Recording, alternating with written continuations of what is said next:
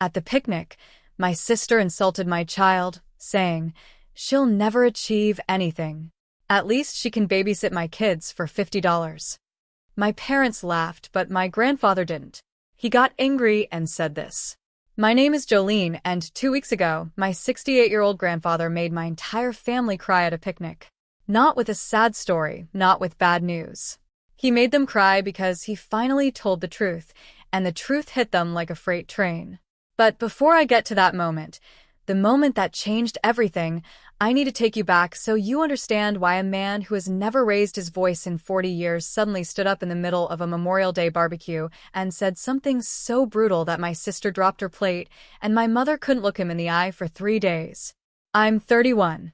I live in Dayton, Ohio, and I have a 5-year-old daughter named Bria. She's the light of my life. She's silly. She's curious. She talks to bugs like they're her friends. And she draws pictures of our apartment and labels every room with these little crooked letters. She's 5. He's perfect. And 2 weeks ago, my older sister Meredith looked at my baby, and said something so cruel that I still feel it in my chest when I think about it. But I'm getting ahead of myself. Let me start where it really begins. Growing up, I was the second daughter. My sister Meredith is 3 years older than me, and from the time I can remember, she was the golden child. I don't say that with bitterness. Okay, maybe a little bitterness, but mostly I say it because it's just a fact. Meredith was the one my parents, Frank and Diane, put through private school. Meredith was the one who got the car at 16. Meredith was the one whose college fund actually existed. Me, I got hand-me-downs, public school, and a bus pass. And honestly, for a long time, I thought that was normal. I thought maybe I just wasn't the kind of kid who deserved more. How messed up is that? Meredith married a guy named Todd when she was 25. Todd works in pharmaceutical sales, drives a BMW, and talks about his bonus like it's a personality trait. They have 2 kids, Aiden, who's 7, and Chloe, who's 4. Meredith doesn't work, which, listen, there's nothing wrong with being a stay-at-home mom. That's hard work. But Meredith doesn't really do that either. He has a nanny 3 days a week. He goes to Pilates. She posts Instagram stories about mom life while someone else is packing her kids' lunches. And somehow to my parents, she's still the daughter who made it. Now, me, I got pregnant with Bria when I was 25.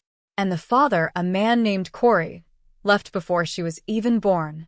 Just packed up and moved to Phoenix. Didn't even send a text.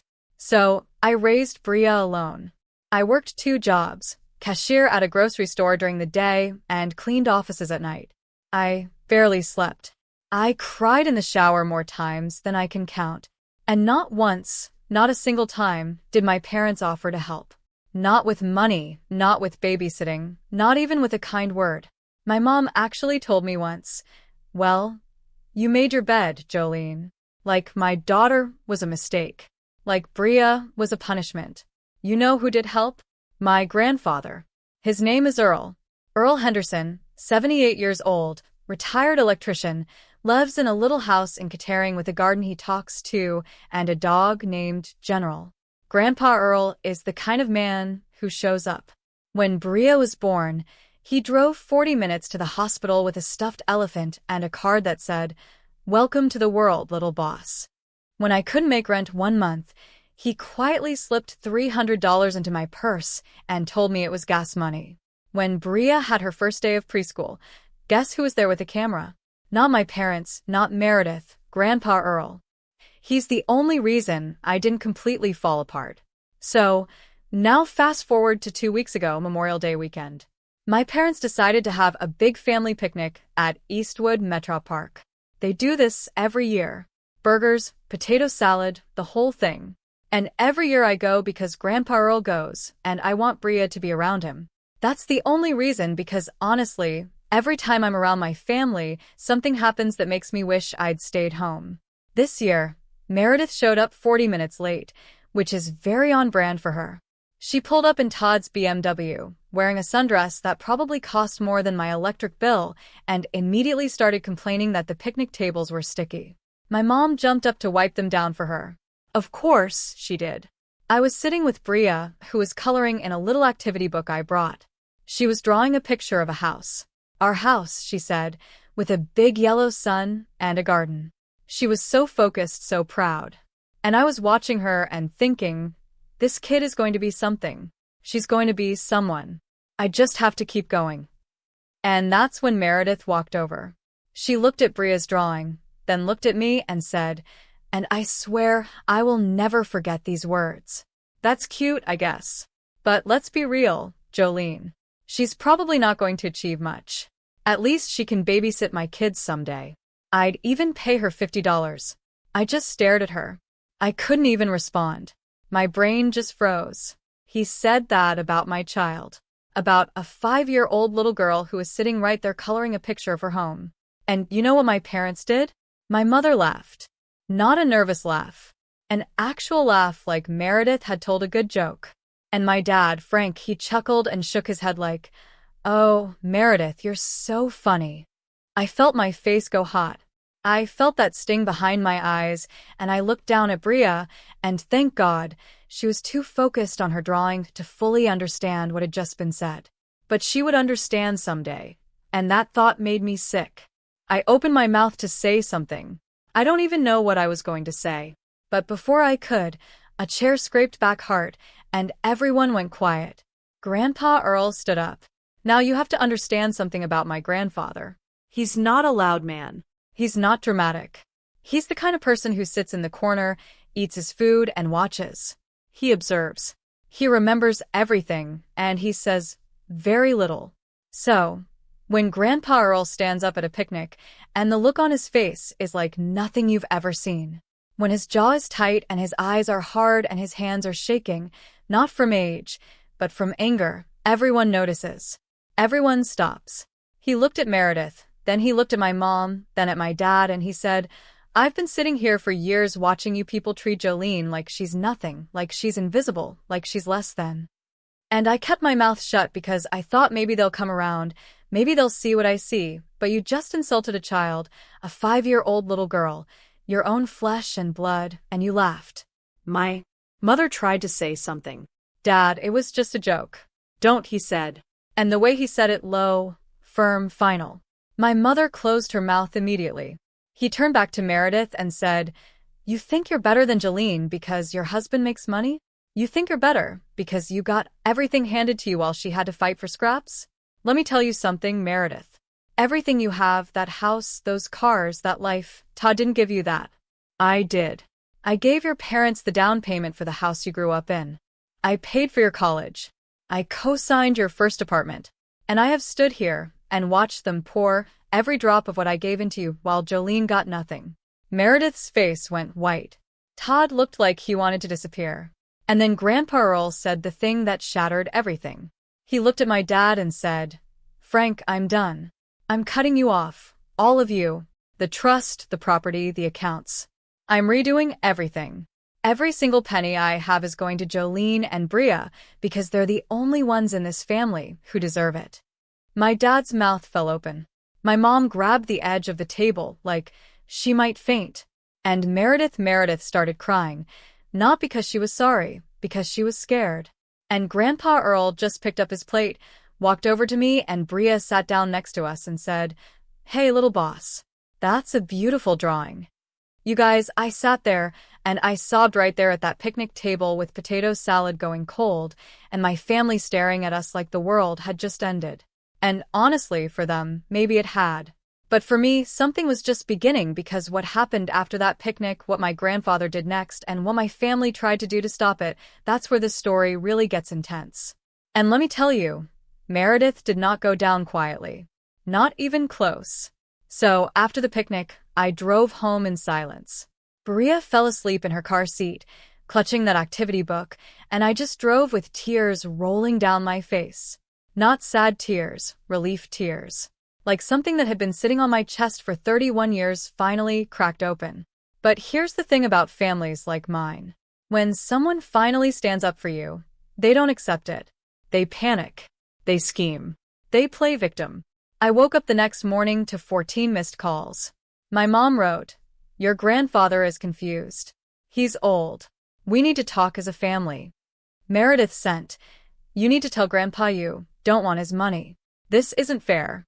And my dad, who never calls me, sent one text that just said, "Call me." I didn't call any of them. Not because I was being petty. Hey, maybe a little petty, but mostly because I didn't have the energy to be gaslit at 7 o'clock in the morning. Do you blame me? Instead, I called Grandpa Earl. He picked up on the first ring and said, "You okay, Jojo?" That's his nickname for me since I was 3. I told him he didn't have to do what he did. He said, "Jolene, I should have done it 10 years ago." I watched them starve you while feeding Meredith off my table. But insulting Bria, that baby, that was the last straw. He told me he'd already called his attorney, Douglas Pute, that morning. He was restructuring everything. The trust he'd set up years ago, designed to pass through my parents, was being dissolved and rebuilt. Everything going directly to me and Bria. The house in Kettering, the savings, 2 rental properties in Springfield, all of it. Now, let me be honest with you. I know some people might think this is about money, but I'd been broke my whole adult life and survived. I worked 2 jobs and kept my daughter fed and loved. What Grandpa Earl was doing wasn't about money. It was recognition. It was someone finally saying, "I see what they did, and I'm going to make it right." Then he did something nobody saw coming. He asked for the house back. See my parents' 4-bedroom colonial in Centerville. Grandpa Earl gave them the entire down payment. He'd been helping with the mortgage for years. The house was technically in a family trust he controlled. My parents just lived in it, remodeling the kitchen, putting in a pool, hosting dinner parties, all in a house that was never theirs. My mom called me screaming, "He's going to take our house. Jolene, tell him to stop. He listens to you." He listens to me because I never gave him a reason not to. I said, and I surprised myself with that one. I'm the type who thinks of the perfect response at 2 o'clock in the morning staring at the ceiling, but that one just came out. Then she said, "You were always jealous of Meredith." Jealous of Meredith, the woman with a nanny and 0 ability to make her own kids a sandwich. Green with envy. I hung up. Now Meredith got creative. She showed up at Grandpa Earl's house unannounced with Aiden and Chloe. Cute little props. She sat in his living room crying, saying he was destroying the family, that I was manipulating him. About me, the woman who has never asked anyone for anything.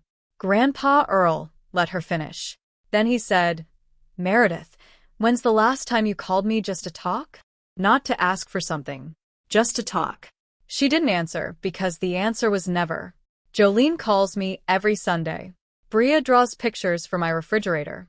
You bring your kids here when you need something. There's a difference. Then Meredith went scorched earth. She started calling extended family, telling everyone I'd turned Grandpa against the family.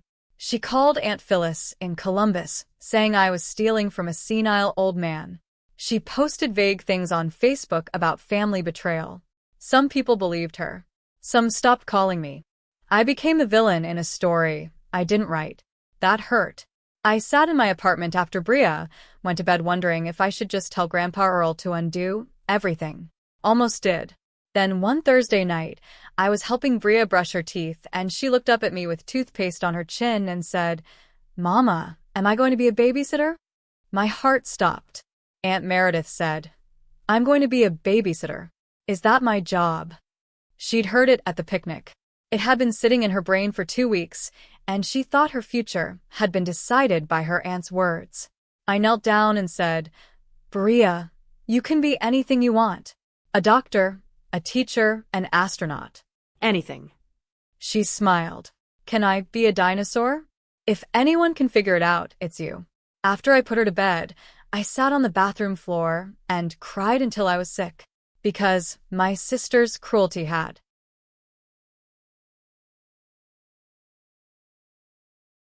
planted something in my daughter's mind. And I swore right there that I would never let anyone make Bria feel small again. Next morning, I called Grandpa Earl. "Don't change anything. Keep the plan." That's my girl. That Saturday, he sat me down at his kitchen table with coffee and a manila folder. Inside wasn't inheritance paperwork. It was business paperwork. "Jojo, you've been talking about opening a daycare since you were 23. I want to fund it." He'd already found a commercial space in Fairborn. He talked to Douglas Pute about an LLC. He had numbers, a plan. All he needed was me. I stared at that folder without speaking. Because this was my dream. The thing I'd whispered to myself during late-night cleaning shifts. The thing I'd researched on my phone during grocery store breaks. The thing I'd never told anyone except Grandpa Earl because he was the only person who wouldn't laugh. Grandpa, I don't know if I can do this. You raised Bria alone, working 2 jobs with no help. You can do anything. I signed that afternoon. Over the next weeks, we built something real. We toured the space, bright open, big windows, fenced yard out back. I filed permits, ordered supplies, stayed up until midnight reading about early childhood education. And for the first time in years, I wasn't staying up from worry. I was staying up from excitement. Bria drew pictures of Mama's school with rainbow walls and a slide in the middle. I taped everyone above my desk. Then word reached Meredith that Grandpa was funding a business. She called me voice cold as ice. You think you're going to run a daycare? Eugene, you couldn't even keep a man around. Who's going to trust you with their kids? I should have hung up. Instead, I said, your nanny raises your kids, and you don't know what grade Aiden is in. Worry about your own household. She hung up. Good. But the lowest blow came next. Both my parents showed up at my apartment. My quiet, checked-out dad sat on my couch and said, G-Line, we think you should give the money back. We're considering talking to a lawyer about your grandfather's mental competency. They were going to try to declare Grandpa Earl incompetent. My perfectly sharp grandfather, who does the crossword and pen every morning and can recite batting averages of every 1975 Reds player. They wanted to say he was losing his mind because he helped me instead of them. I looked at my father and said, get out of my apartment. He looked shocked. I'd never pushed back like that. Not that directly. Jolene, Mom started out both of you. I called Grandpa Earl immediately. He was quiet for a long time, then said, let them try. Douglas is already 2 steps ahead. He wasn't bluffing. Douglas had anticipated this. He'd had Grandpa Earl evaluated by an independent physician the week after the picnic. Clean bill of mental health. Everything documented. The trust was ironclad. Grandpa told me, Jojo, they're not scared of losing money. They're scared of losing control over you. That's what this has always been about. And he was right. My whole life, my family kept me small, gave everything to Meredith, left me crumbs so I'd always be dependent. Now that someone lifted me up, they were terrified. A Jolene who doesn't need them is a Jolene they can't control. That realization changed me. I stopped crying, stopped second-guessing, stopped wondering if I should smooth things over. I had spent my whole life trying to earn love from people who decided I wasn't worth it before I was even born.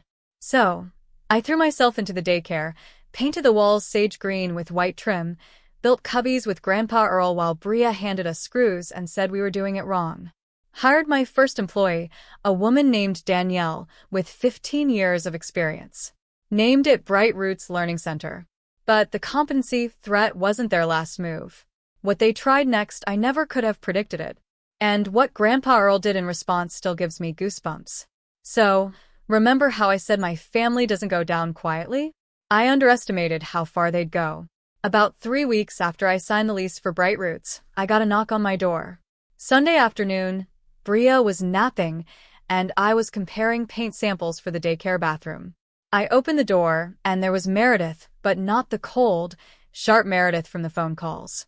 Red eyes, no makeup, hair in a messy bun. She looked like she hadn't slept in days. Can I come in? Every instinct screamed no. But something in her face looked actually broken. Not fake broken. And despite everything, the insults about Bria, the smear campaign. I'm still me. I'm still the idiot who leaves the door open. She sat on my couch silent for a full minute. Then she said, Todd left. What? He's been having an affair. A woman named Harper from his office. He told me Wednesday. Already moved half his stuff out. Part of me thought karma works fast, but the bigger part, the part that remembered Meredith braiding my hair before school in 3rd grade, just felt sad. Meredith, I'm sorry, I said, and I meant it. Then she said, I need you to talk to Grandpa. I need money, Jolene. Todd's going to fight me, for everything. She wasn't coming to me as a sister. She was coming to me as a bank. I'm not asking Grandpa for money on your behalf. Not after everything. She cried harder. I have nothing without Todd. The house is in his name. The cars are his. I haven't worked in 7 years. I don't even have a resume. And that was true. She'd built her whole life on Todd's income and Grandpa's generosity. And with both disappearing, she had nothing. I wanted to say, well, you made your bed. The exact words my mother used when I was pregnant and alone. But I couldn't because I'm not my mother. I refused to be. But I wasn't going to be her lifeline without honesty first. Before I think about helping, answer one question truthfully. Did you mean what you said about Bria? She looked at the floor. Look at me. She looked up. I was jealous of you, Jolene. I almost laughed. Jealous of me? You have Bria. You have Grandpa. People love you because of who you are. Todd married me because I looked good next to him. Mom and Dad supported me because I made them look successful. Nobody chose me just because I'm me.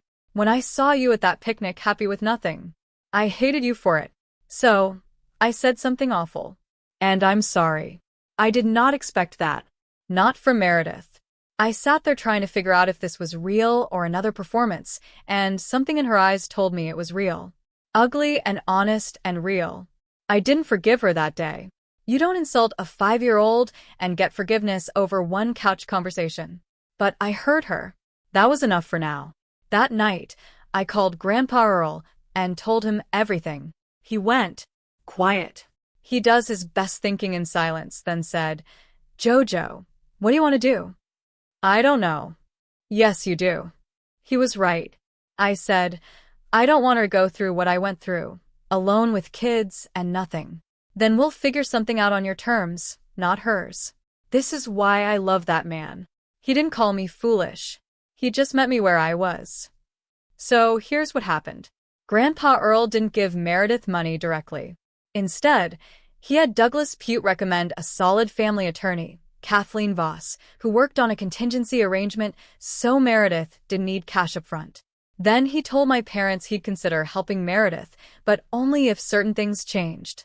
First, my parents had to apologize to me. A real apology, not a sorry you feel that way. Second, Meredith had to apologize to Bria in person, looking her in the eye. Third, the big one, my parents had to sign paperwork acknowledging the Centerville house belonged to Grandpa Earl's trust. They could keep living there, but they'd pay fair rent, and the property would transfer to Bria's education fund when he passed. Grandpa laid this out to my dad over the phone. From what I heard, Frank didn't speak for 5 minutes. Then he said, okay, just okay. Because he finally understood the man holding everything together had reached his limit. My mother called 2 days later. I could tell she'd been coached by my dad, but the words still stumbled out. Jolene, I haven't been fair to you. I gave Meredith everything and left you behind. I'm sorry. Perfect. Oh, enough? I don't know. But her voice cracked, and I think she meant at least part of it. Thank you, Mom. Then the part one dreaded most. Meredith came over Saturday to apologize to Bria. I almost cam-led 3 times. She sat on my living room floor, looked at Bria and said, I said something mean at the picnic. I said you couldn't be something great, and that was wrong. You can be anything. You're smart and creative, and I was wrong. Can you forgive me? Bria looked at her for a second, then said, It's okay, Aunt Meredith. Want to see my drawings? Kids, man. They're just better than us. Meredith looked at me with tears streaming down her face. I gave her a small nod. Not forgiveness. Not yet, but a start. Over the next 2 months, things shifted fully, awkwardly, like a family learning to walk after a bad injury. My mom showed up one weekend and helped me hang curtains at Bright Roots. Didn't say much, but she was there. My dad came to Bria's preschool dance recital. Sat in the back and clapped like she'd won an Olympic medal. In the parking lot after he said, She's special, Jolene. You're doing a great job. 7 words from Frank. That's basically a novel. Meredith's divorce got ugly. Todd fought everything, but Kathleen Voss was a bulldog and got her a fair settlement. Meredith moved to a smaller place in Beaver Creek and got a part-time job at a dental office doing front desk. Not glamorous, but she showed up every day. I respected that. She even asked shyly if Aiden and Chloe could come to Bright Roots after school sometimes. I said, yes, those kids are my niece and nephew. None of this was their fault. Grandpa Earl came to the grand opening of Bright Roots Learning Center on a Saturday in October. I'd hung a banner, put out coffee and donuts. 12 families had enrolled. Danielle was there in a bright yellow Bright Roots polo. Bria ran around telling every kid who walked in, my mama built this. Grandpa Earl stood in the doorway, looked at the sage green walls, the cubbies, the reading nook, and didn't say anything for a long time. Then he looked at me and said, your grandmother would have been so proud of you, Jojo. I lost it. Ugly, crying in front of everyone. Very professional for a grand opening. But I didn't care. Here's what I've learned through all this. Family isn't the people who are supposed to love you. It's the people who actually do. I spent 31 years trying to earn my place in a family that decided I didn't have one. It took a 78-year-old man standing up at a picnic to change everything. We're not perfect now. Meredith and I have hard days. My mom still says things that make me clench my jaw. My dad is still learning to show up, but they're trying. And I believe in that. I believe people can change even when they've given you every reason to think they won't. I believe it the same way I believe in God. Not because I have proof, but because giving up on people just isn't how I'm built. Bria told me the other day she wants to build a school when she grows up. Like you, Mama, but bigger with a slide. So, yeah, she's not going to be anyone's babysitter. If you made it this far, thank you so much for listening to my story. If it meant something to you, I'd love a like. And if there's something you would have done differently or didn't agree with, please drop it in the comments. I read every single one, and your opinion really matters to me. Just thank you for being here. Means more than juverens, kanski skulda se vad jag ser, men du förolämpade just ett barn, and 5. Erg liten flicka, det eget kadak blad, och du skrattade. Min mamma försökt saga neget. Pappa, det barbara, ett skant. Gor int det se han. Och sättet han se det pa. Lagt, bestämt, definitivt. Min mamma stangd munnen och medelbart. Han vandi sig tillbaka till Meredith och se. Traer du att du ar batter Angeline för att din man tjänar pengar? Traer du att du ar batter för att du fick allt I rakal medan han var tvungen att campa för pengarna? Lat mig saga dig en sak, Meredith. Allt du har, det där huset, det där bilarna, det där livet, det gav int tad dig. Det jag. Jag gav dina föräldrar kontentinsatsen för huset du växte upp I. Jag betalade för det universitet. Jag var med och skrev på din första lägenhet. Och jag har stått här och sett dem hela varenda drop av det jag gav I dig medan Jolene int fick någonting. Merediths ansikte blev vitt. Tad sag ut som han vill försvinna. Och sedan se, farfar Earl det, som krossad allt. Han tittade på pappa och se. Frank, jag ar klar. Jag avbryter allihop. Fonden, I gendeman, kantona. Jag går allting. Varenda krona jag, hargar till Jolene och Bria för det ar det enda I den har familjen som fortjanar detective. Pappas mun full open. Mamma grepp tag I bordskanten som han skullsvimma. Och Meredith borjade grada. Int för att han var ledsen, för att han var rad. Och mor far Earl tagbara. Centauric, gick fram till mig och Bria satt sig bredvid oss och se. Hedge lilichifin. Det ar en vacker teckning. And jag satt där och gratt precis där vid picknickbordet med potatissaladen som svalnade och min familj som stirrade på oss som varelden just hade gått under.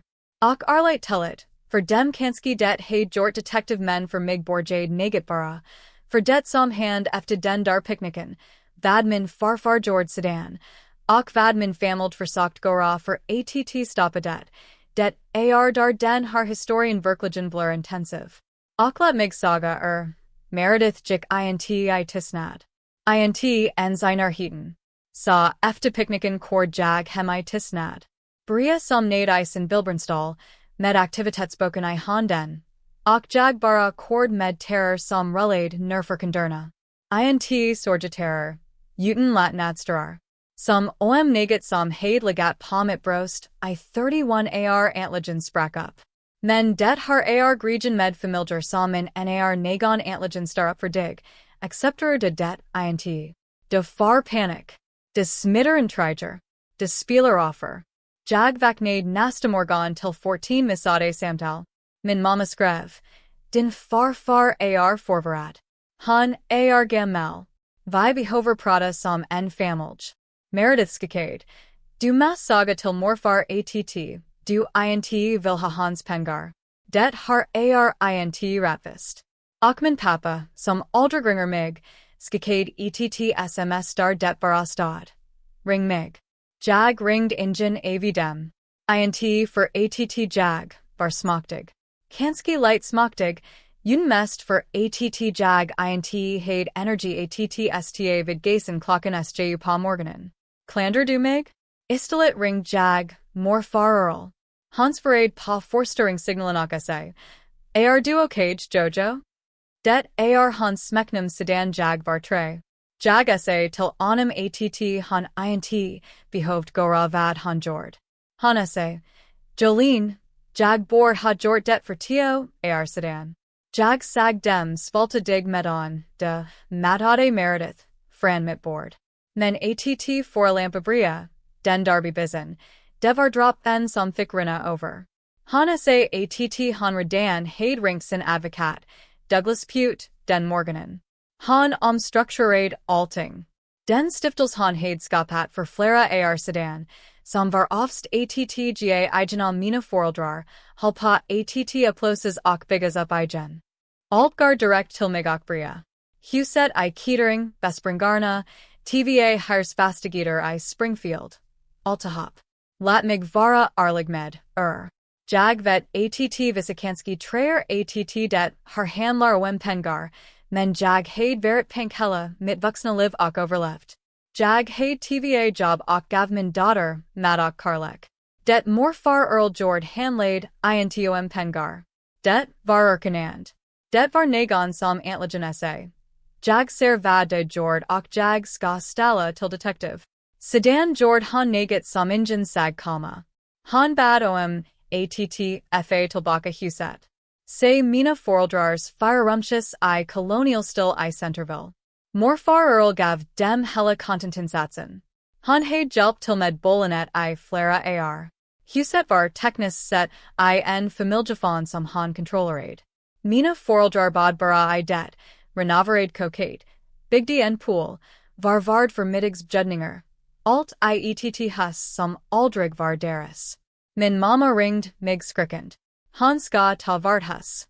Jolene, sagat honom att sluta. Han lyssnar på dig. Han lyssnar på mig för att jag aldrig gav honom en anledning att int gora detective sa jag, och jag overskade mig själv med den. Jag ar typen som tanker på det perfekta sfära klockan TVA på morgonen och stör I taket, men det där kombra ut sedan sa han. Du var alltid avundsjuk på Meredith. Avundsjuk på Meredith, kvinnan med en barnflicka och noll formaga att gora sina egna barn en smorgas. Gran aviavund. Jag laid på. Nu blev Meredith creative. Han dök upp hemma hos morfar Earl onmald med Aiden och Chloe. Soda SMA rekvisita. Han satt I hans vardagsrum och gradok sa att han förstod familjen, att jag manipulerade honom. Mig, kvinnan som aldrig harbet nagon naget. Morfar Earl lat henne av sluta. Sedan sa han. Meredith, nar ringd du mig senast bara för att prata? Int för att fråga naget. Bara för att prata. Hans förrade int för sfäret var aldrig. Jolene ringer mig varje sondag. Bria retar till mitt killskap. Du tar med dina barn hit nar du behover naget. Det ar skillnad. Sedan gick Meredith till Branda Jordan. Han Jade ringde slakten och berättade för alla att jag had vant more far emot familjen. Han ringd faster Phyllis I Columbus och sa att jag stall friend and oduglig gammal man. Han publicerade vaga saker på Facebook familjeförräteri. Vissa trod henne. Andra slutade ringa mig. Jag blev skirken I en berättelse jag inte skrivet. Det Jord Ontario jag satt I min lägenhet efter att bria hade gadoklak sigak undrade jag bara saga till morfar att en groalt. Nästan Jord detective sa, en torsdagsval hjälp jag bria att borstatanderna och han tittade på mig med tankram på hakanakase. Mama, ska jag bli barnvakt? Mitt hardest Faster Meredith essay. Jag ska bli barnvakt. Det mitt jobb. Han hade hort det på picknicken. Det hade suttit I hennes hjärna I tva veckor, och han trod att hennes framdid hade avgjorts av hennes masters ord. Jag nabajdakase. Bria, du kan bli vad du vill en läkare en lärare en astronaut. Vad som helst. Han lag. Kan jag vara en dinosaur? Wem nagon kan lista ut det det du. Efter att jag lagt henne I sangen sat jag på badrumsgolvet grat tills jag crocs, för att min sisters grimhet hade sat neged I min datas huvud. Och jag saverakt ut att jag aldrig skolada nagon fa bria att konnes siglet nigen. Nästa morgon ring jag, mor farrel. Andra en genting. Hall planen. Det dar min jedge. Den lordigen sat han mig vidsit coxboard med kaf och en manila map. Inuti fans inga arvspapper. Det var farspapper. Jojo, du har pratat att opna ett dagus sedan, du var 23. Jag vill financiera detective han hade redan hittat en commercial local I Fairborn. Han pratade med Douglas Pute ett LLC. Han hade siffror en plan. Alt han behoved var mig. Jag stirrade på den map van uten att tala. För det har var mindram. Det jag hade viskat för mig själv under sena stadpassen. Det jag hade undersökt I telefonen under rasterna, I mataffären. Det jag aldrig hade berättat för någon förutom morfar eftersom han var den enda personen som inte skrattade. Morfar, jag vet inte jag klarar det här.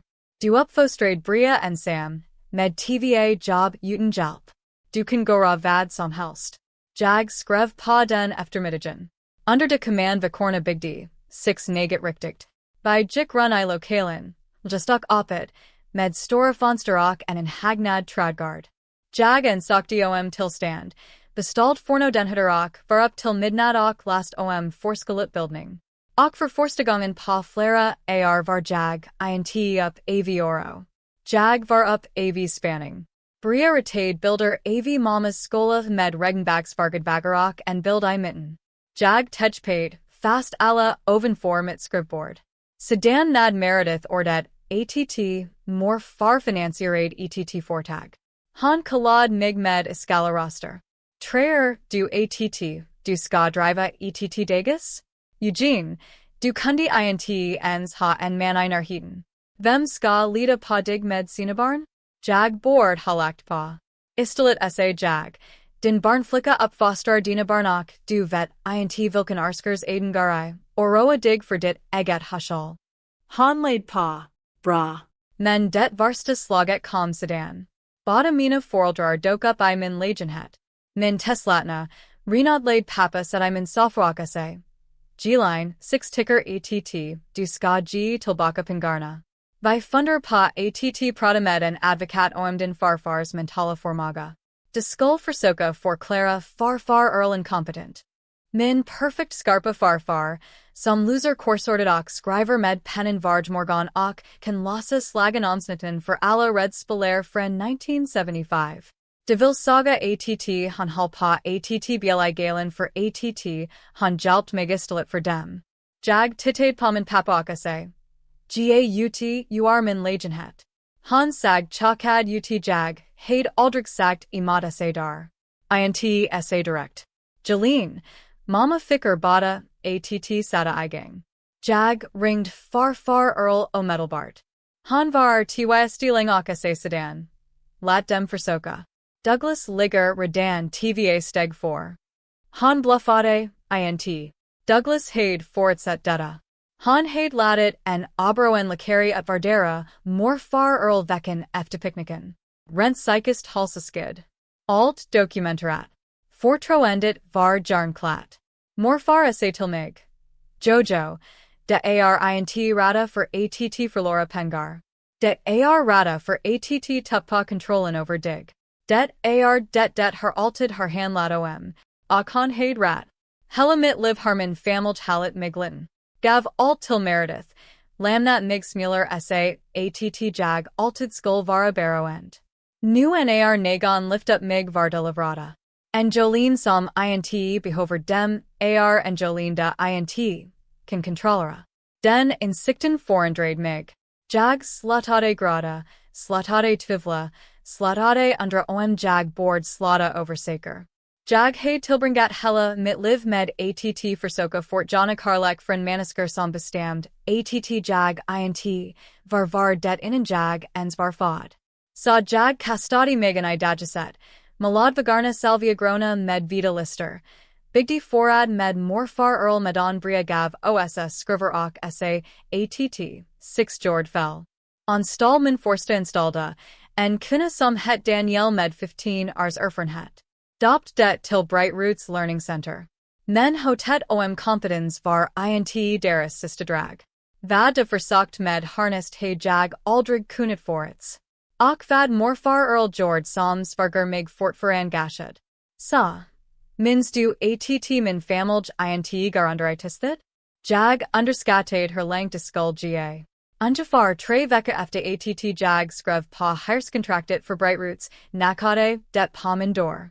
Sondags eftermiddagen, sov bria och jag jamford fargprover till dages badrummet. Jag öppnade dörren och där var Meredith, men int den kalla. Skarpa Meredith från telefonsamtalen. Rhoda ögon. Inget smink. Haret en rufsig kanut. Han sag ut som om han int hade sovit på flera. Kan jag kommen? Varg instinkt skräck nej. Men neged I hennes ansikte sag faktiskt trasite ut, ein falsk trasite. Och trots allt, förolämpningarna om bria, smutskastningskampanjen. Jag fortfarande jag. Jag fortfarande idioten som lämnar dörren öppen. Han satt tyst I min sofa, I en helminut. Sedan sa han.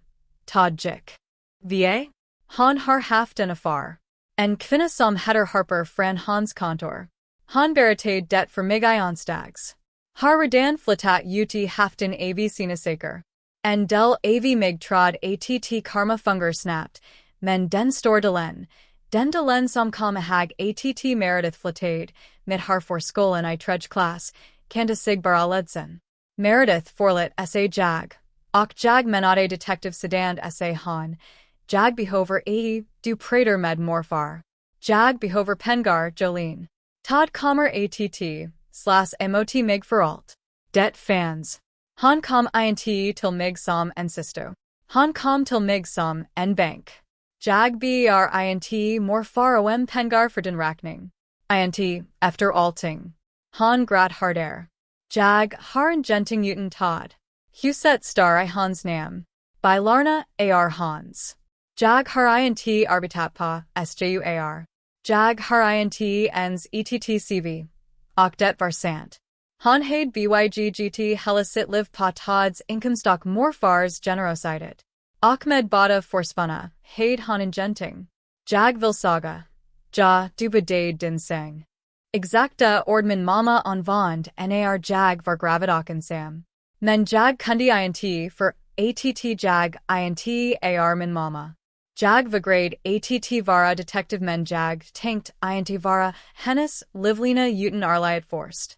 Innan jag tänker på att hjälpa till, svara sanningsenligt på en fråga.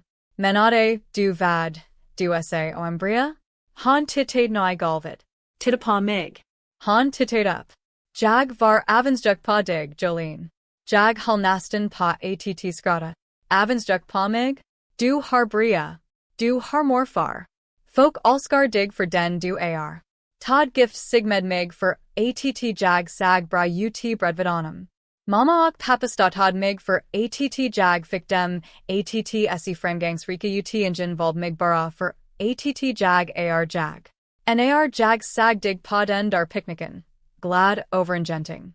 Jag hade dig för detective, sa jag, sa neget hemskt. Och jag ar ledsen. Det forventade jag, mig inte Fran Meredith. Jag sätter och försökt lista om det har var pariktigt eller en annan förstalning, och neget I hennes ögon esse mig att det var pariktigt. Fullt och arlight och pariktig. Jag forlit henne inte den dagen. Man förolämpar inte en femering och far forlitels efter ett en samtal. Men jag, hård henne. Det rakt för nu. Den kvällen ring jag, morfar och berättade allt för honom. Han blev tyst. Han gjorde sitt bästa och tänkte tystnad, sedan esse han. Jojo, vad vill du göra? Jag vet inte. Jo, det vill du. Han hedrat. Jag esse. Jag vill inte att han ska ge igenom det jag gick igenom, en samed barnen genting. Sedan kommer 6 att hitta på något på dina villkor, inte hennes. Det är därför jag älskar den mannen. Han kallade mig inte dum. Han bara mot mig där jag var. Så här är vad som hand. Morfar gav inte Meredith pengar direkt. Istället lät han Douglas Pute rekommendera en pålitlig familjeadvokat, Kathleen Voss, som arbetade med ett brodskapsarrangemang esse att Meredith inte behovt pengar I förskott. Sedan esse han till mina föräldrar att han skulle överväga att hjälpa Meredith, men bara vissa saker förandrades. Först var mina föräldrar tvungna att be mig ursäkt. En riktig ursäkt, inte ett ledsen att du kan esse. För det andra var Meredith tvungen att be bria ursäkt personligen och titta henne I ögonen. För det tredje, den stora frågan, var mina föräldrar tvungna att skriva under papper som bekräftade att huset I Centerville tillhörde morfarals trust. De kunde fortsätta bo där, men de skulle betala en skalig hyra, och fastigheten skulle överföras till Brias utbildningsfond när han gick bort. Morfar berättade detta för min pappa I telefon. Såvitt jag hörde talade Frank inte på 5 minuter. Sedan esse han. Okej, bara okej. För han förstod äntligen att mannen som höll ihop allt hade natsen granns. Min mamma ring TVA dagar senare. Jag kunde esse att han hade blivit coachad av min pappa, men orden kom ända fram. Jolene, jag har inte varit rapis emotidig. Jag gav Meredith allt och lämnade dig kvar. Forligt. Perfect. Tillräckligt? Jag vet inte. Men hennes röst brast och jag trea att han menade atminstone en del av den. Tack, mamma. Sedan den del jag fruktade mest. Meredith kom över på lördagen för att be bria ursäkt. Jag höll nästan på att ställa upp 3 gånger. Han satt sig på mitt vardagsrumsgolv, tittade på bria och esse. Jag esse något elakt på picknicken. Jag esse att du inte kunde vara något stort, och att det var fel. Du kan vara vad som helst. Du är smart och kreativ, och jag hade fel. Kan du förleda mig? Bria tittade på henne en sekund och esse sedan. Det är okej. Faster Meredith. Vill du esse mina teckningar? Barn, herregud. Det är bara bättre än OSS. Meredith tittade på mig med terror som ran nerför kunderna. Jag nickade light. Inte.